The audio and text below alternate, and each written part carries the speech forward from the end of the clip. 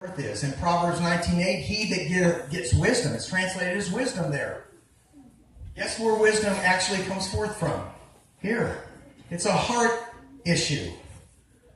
He loves his own soul. He that keepeth understanding shall find good. Whoops, too fast. Oh, hear now, O foolish people, and without understanding. Now that word there is heart. They translate it as understanding. Pure being, B-I-Y-N, understanding comes forth from, guess what? The heart. So you see, if he's going to change anything in the rest of you, he has to start with the heart. But if you've got religious systems running around the day and the day that are honoring God with their lips, but their hearts are far from him, he hasn't got anything to work with. And that's why Paul said in Romans chapter 9, I love my brothers in the flesh so much, I'm willing to give up my salvation. I'm concerned about what my brothers in the flesh are doing. They've circumvented the brazen altar. They've circumvented the heart. They've circumvented the relationship part of it, the blood. And they're running right into the most holy place, trying to do all this stuff. And then we're training the next generation to run right into the holy place and try to do all the stuff without bypassing the brazen altar first. And as I said last night, and repeat it again, when the tough times come, it's only that relationship that's going to carry us through. Now, I'm not really worried about it. I mean, Carol and I are old enough, whatever happens, happens. We've got a long, wonderful, happy, loving, great life and wife. Okay? But my children, okay? Concerned about my children and what they may have to go through. And I don't want to see them be able to cave in because their hearts were not right. I don't want Dad just to teach them, well, you celebrate this way, and it's got to be, it's got to be the conjunction, or it's got to be this and whatever, and their hearts are far from him. Because we may be able to raise a whole generation of young people that can go out into the world and convince their friends what day Passover starts. But when their friends say to them, how do you know God even exists, dude? And you can't explain that. Okay, well, where are you? Okay? These are serious times for our young people. The Urim and the Thummim, remember, Aaron shall bear the name. I'm going to close with this. Aaron shall bear the names of the children of Israel in the breastplate of judgment upon his heart. So where did this Urim and Thummim go? On the heart. Why? The heart has a frequency. It's the frequency of that heart. It's the reason why it doesn't go here, okay, and it doesn't go up there. You would think it would go up there, but you think it'd be on the mind if they're trying to discern, answer some sort of question about consulting the Urim and the Thummim. And so you would think it would be on the brain or in between the eyes, or something like that, Brian. But no, it's on the heart. Because you can't fool that. Okay? I'm going to suggest to you can't fool that. The heart's going to actually put out the frequency in which it's supposed to. So you can't fool the heart. And so they would put in the breastplate of judgment the Urim and the Thummim, and they shall be upon Aaron's heart. And when he goes in before Yahweh, and Aaron shall bear the judgment of the children of Israel upon his heart before Yahweh continually. Well, no, they would go, and there would be lights. It's traditionally understood that the Urim and Thummim is lights and perfection. Okay? Because that's what the words mean. Okay? But they understood that what the priest could do to discern whether something's true or false or right or wrong was these lights that were on the breastplate. Now, some of us have maybe been trained to think this is some kind of outer space stuff. This is real stuff. This is the way. It's the reason why he put it on our hearts, because it has a particular resonating frequency. And they believe that those two stones, called the Urim and the Thummim, by the way, which is the motto of Yale University, I think I've talked about that in the past, because Yale University was one of the first Hebrew schools, Hebrew universities in America was Yale. And so their motto at Yale is still the Urim and the Thummim. And of course, most Yale students don't know that anymore, but you go into the bookstores and you look up and you can see it's still that model there. Because, like I said, it started out by William Bradford bringing Hebrew over here and teaching Hebrew in this land. But we eventually went back to the Greco-Roman kind of world, and then we end up with the English Bibles that we do in our laps.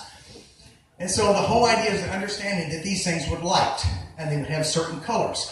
Many rabbis believe that those two colors were black and white. In their view, on and off. Now that's important.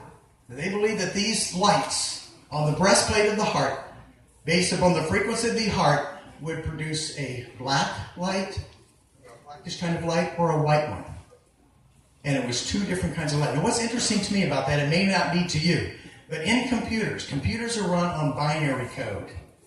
So all these computers that we just talked about is just going to be the evil thoughts continually in the latter days. All these computers work the same way, if you will, only not for God, okay, that the Urim and Thummim did. When you see all those images and all those words and all those things on your computer, it's all ultimately based upon little tiny little bitty lights in your computer that are on and off. It's a binary code. I know you guys can't see this.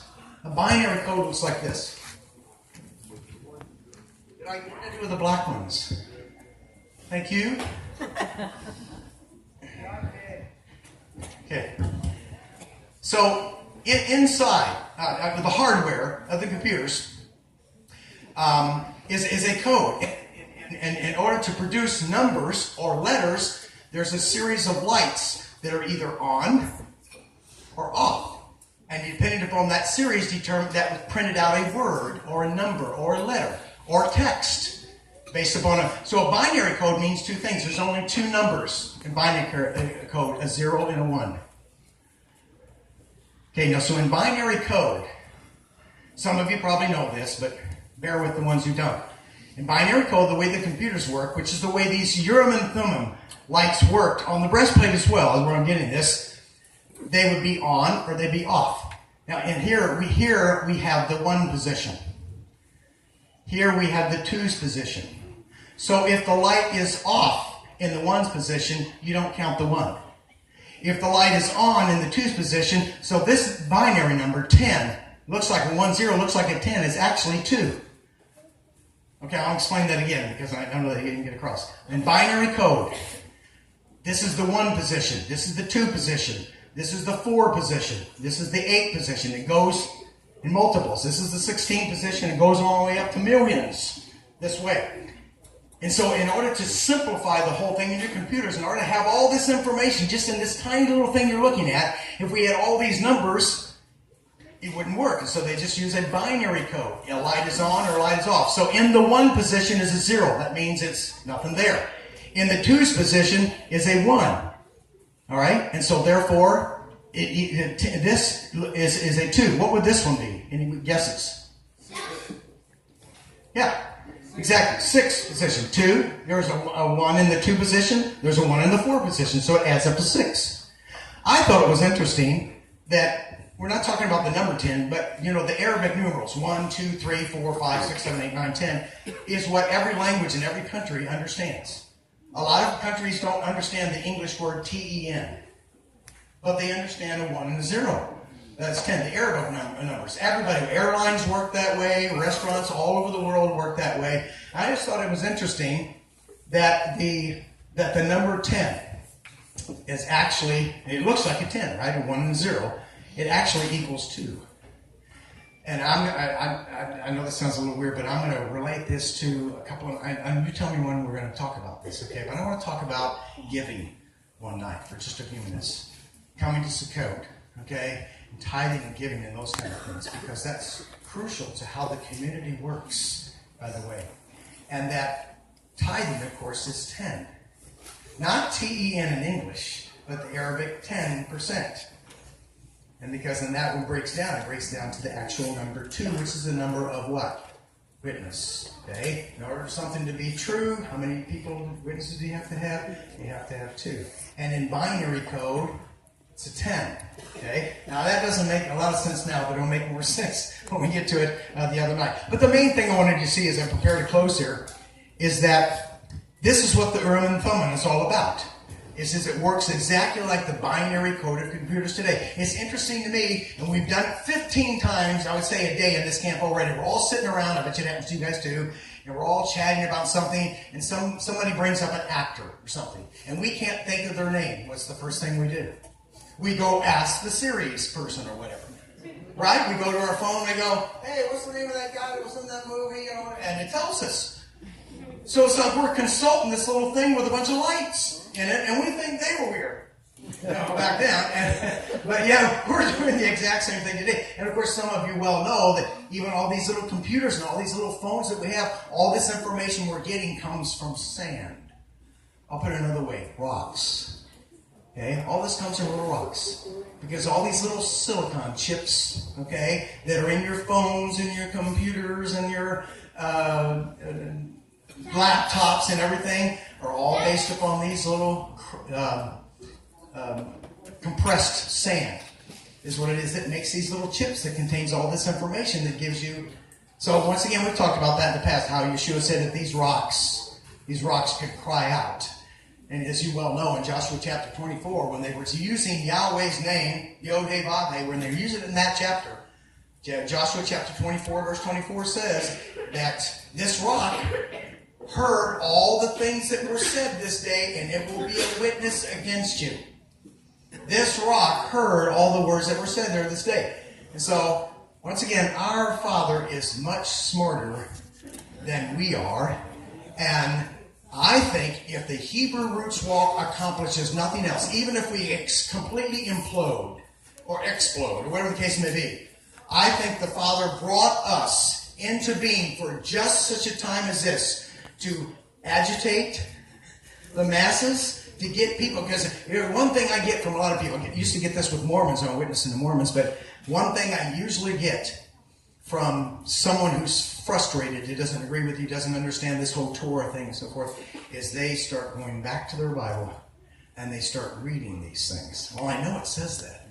So we forced a lot of people to go back and reevaluate. Some of you are probably in here because someone did say something to you, and you went back and read the Bible instead of just relying on what you were told all your life. And went back and started reading the Bible, and here we are doing all these things.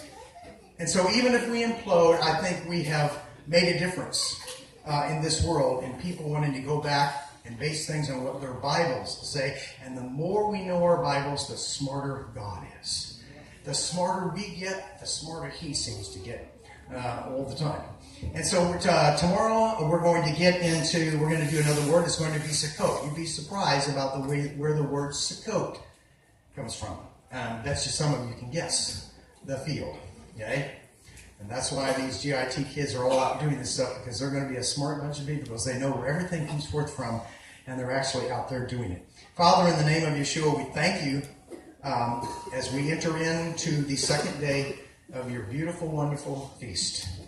And we just continue to beg you for peace in the camp, and that hearts will be changed, and that subsequently lives will be changed. Because you need something to work with. And you've got to start with our hearts first. So, Father, please restore your good news in us. Restore our hearts so that then we can behave the way you designed us to behave. You said, let this mind be in you that was in the Messiah, Yeshua. We have to share that same heart with him first. And we thank you and give you glory and your peace tonight. And we may have a wonderful time in fellowship together tonight in his precious name. And God's people said, amen. Thank you all. See you all tomorrow night.